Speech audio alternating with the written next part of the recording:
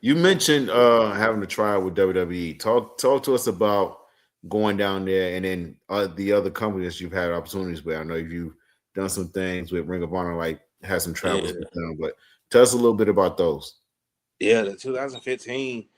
Um, I forgot who it was. Somebody was like, "Man, just send an email to the recruit thing, fill out the recruit page."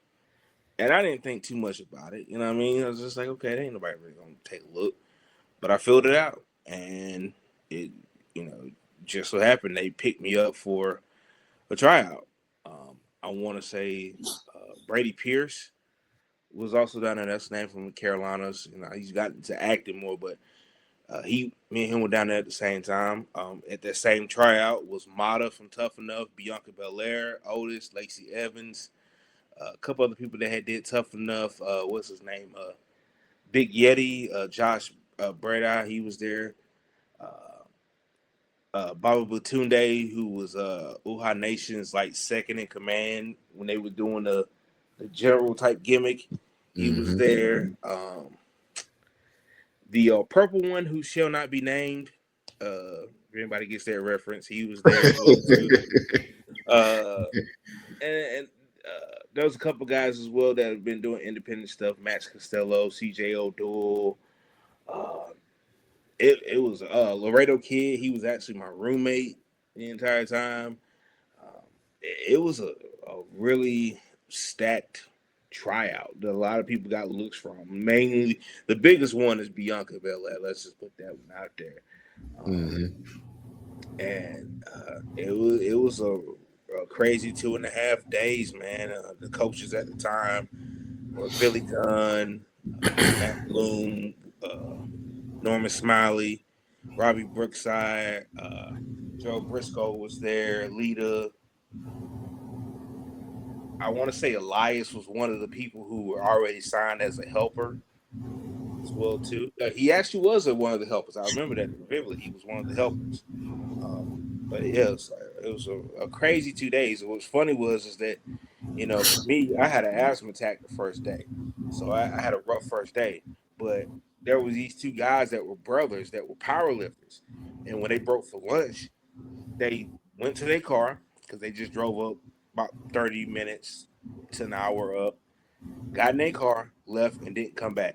They was like, "We don't want to do this. It was too much," Mm.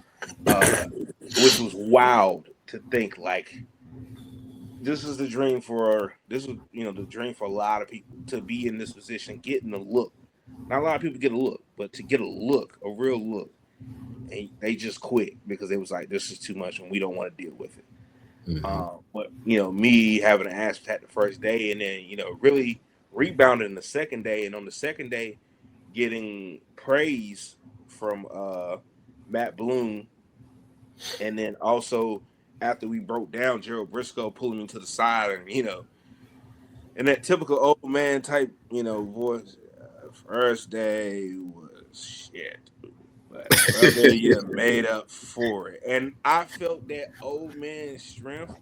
I felt that old man wrestler strength because he shook my hand and pulled me in and hugged me, and I was like, "Yo, like if he's this strong, imagine how strong Jerry Briscoe was because he's squeezing, hugging me." Uh-huh. Um, and then William Regal was there, and then on the third day, because I'm a William Regal mark, like I love some William Regal, like all aspects, like the funny stuff, the serious, everything. The third day when he's like talking about the camp and he's like, "Oh, and I want to really give a shout out to him," and points to me and goes like, he busts his butt to make a comeback to try to make an impression. And I went like, even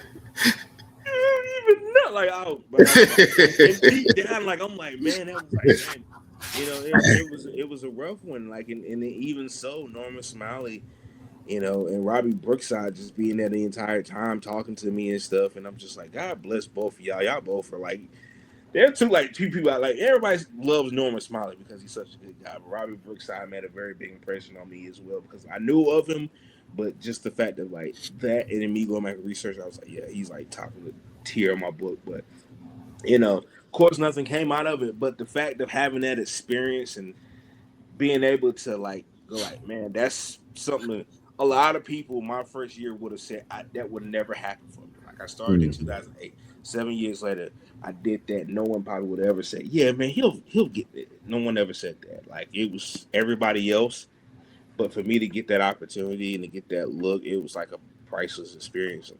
I wish that maybe there could have been a couple things I could have like did. I could have got I could have been a little bit more stricter to get even in even better shape because I had dropped about 30 pounds